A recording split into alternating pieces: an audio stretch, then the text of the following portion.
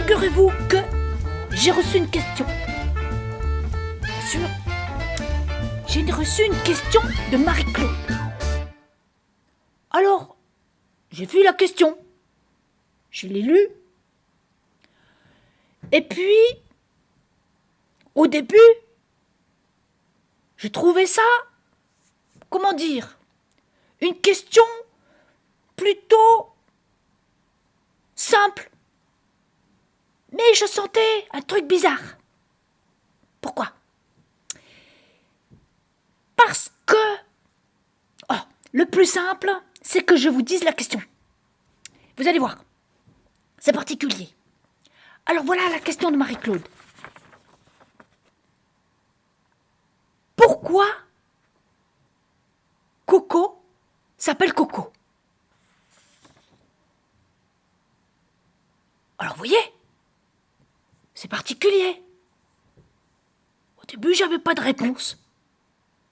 Je me disais, Coco s'appelle Coco. Tout simplement, elle s'appelle Coco. Et puis, pendant plusieurs minutes, ça m'a travaillé. Comme si la question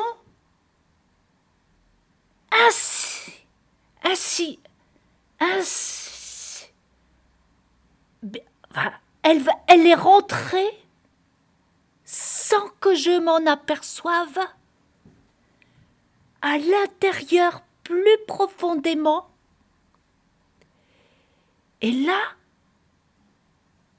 j'ai trouvé que la question, elle était plus profonde. Oui, ça m'a fait bizarre.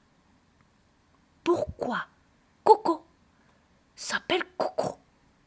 Parce que figurez-vous que je me suis jamais posé la question, évidemment.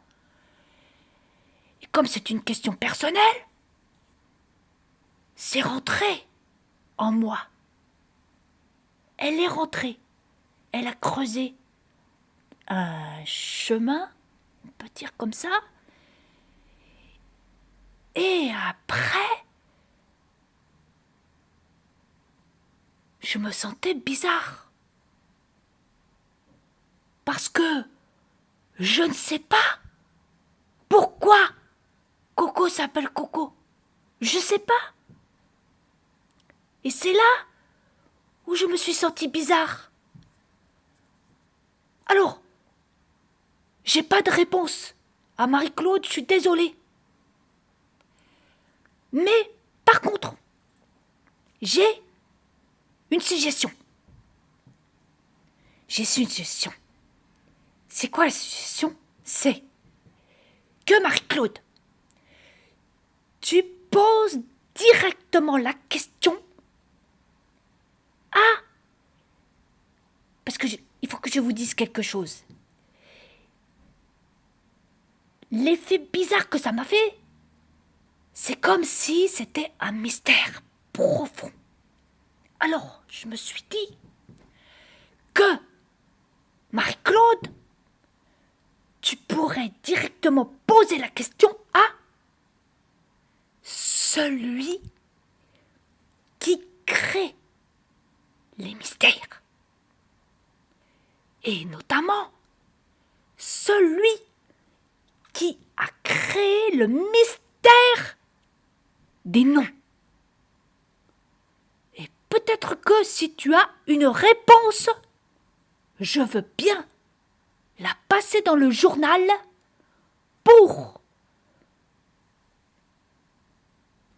disons, donner une lumière sur cette question si profonde de pourquoi on s'appelle comme on s'appelle. Parce que je crois que ça concerne tout un chacun.